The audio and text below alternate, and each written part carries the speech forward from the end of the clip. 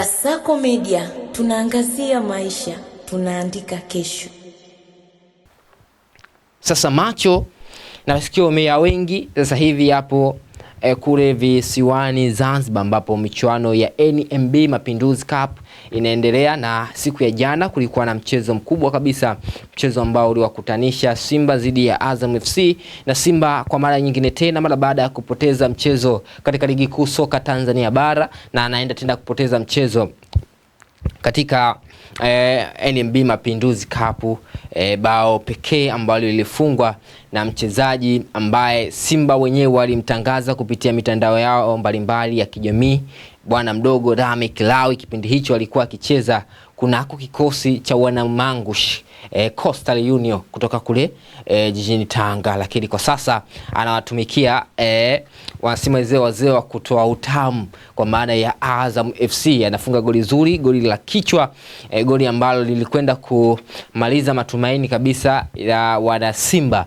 Na ukiacha hivyo, story kubwa ni Steven Becker, yes, kocha mkuu wa kikosi cha Simba.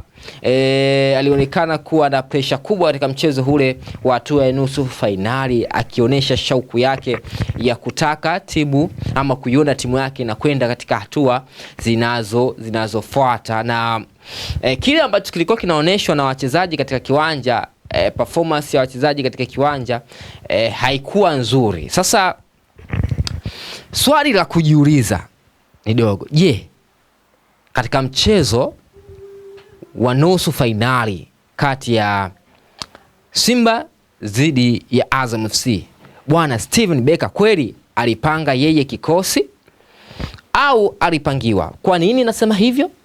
Ukiangalia numbers kubwa ya wachezaji wa Simba hawakuwa sehemu ya kikosi ambacho kilisafiri mapema kabisa kunako michuano hiyo ya Mapinduzi Cup kule visiwani Zanzibar, na baadhi yao wengi wao waliwasili ama siku moja kabla ya mchezo, walitreni na timu siku moja kabla ya mchezo, alafu siku ya mchezo wakapata nafasi ya kucheza. Mfano, mtu kama Jonas Sensoa hakuwa sehemu ya timu ambayo ilisafiri mapema, kina Jean Chazawa hawakuwa sehemu ya timu ambayo ilisafiri mapema, lakini ukiacha hivyo kina Elie Mpanzu, Kibisawala hawakuwa sehemu ya timu ambayo imesafiri mapema. Kwa hiyo utagundua kwamba wachezaji wengi wa muhimu wa Simba walichelewa kusafiri na kikosi. Badala yake mashindano yashachanganya, wao wanaingia katikati. Sasa swali la kujiuliza, Simba hawakuwa serious na hii michuano, ama Waswahili wanasema ya kwamba walikumbuka toto wakati tayari mchuzi umekwisha? Nadhani nimewaacha hapo, wengi wao hamwezi kuelewa maana ya toto.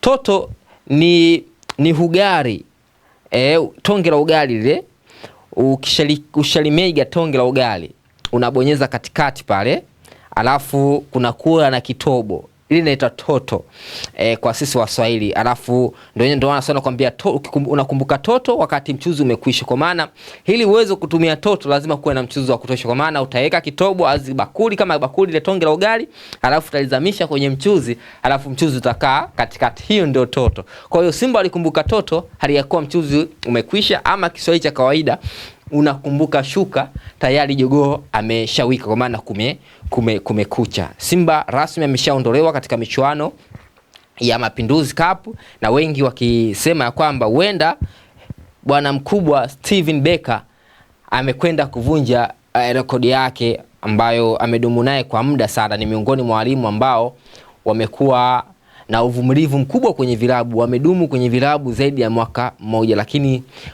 mara baada ya mchezo wa jana, kwa namna ambavyo Simba ilikuwa anacheza, wengi wao wanafikiria kwamba anaweza asimalize msimu na Simba Sports. Wengi wao wanasema kama atafika Pasaka basi atakuwa amefanikiwa. Tukiachana hivyo, pia leo kuna nusu finali ya pili ambayo itakutanisha kikosi cha Dar es Salaam Young Africans dhidi ya Singida Black Stars, Mshindi wa hapo atakwenda kukutana na wazee wa kutoa utamu. Je, Young Africans naye atakwenda kupata utamu ambao amekuwa akiutoa Azam FC, ama Singida ataenda kuonja raza hiyo ambayo amekuwa akitoa kikosi cha Azam FC? Kwa sasa Azam FC yeye tayari yupo fainali na anasubiri mshindi kati ya Young Africans dhidi ya Singida Black Star, watoto wa mjomba na shangazi. Fainali inatarajiwa kuchezwa kule Pemba, kwa hiyo itahamishwa kutoka Unguja na kupelekwa Pemba. Paka kufikia hapa na hitimisha taarifa za kimichezo ambazo zimejiri katika maeneo mbalimbali katika huu ulimwengu wa soka.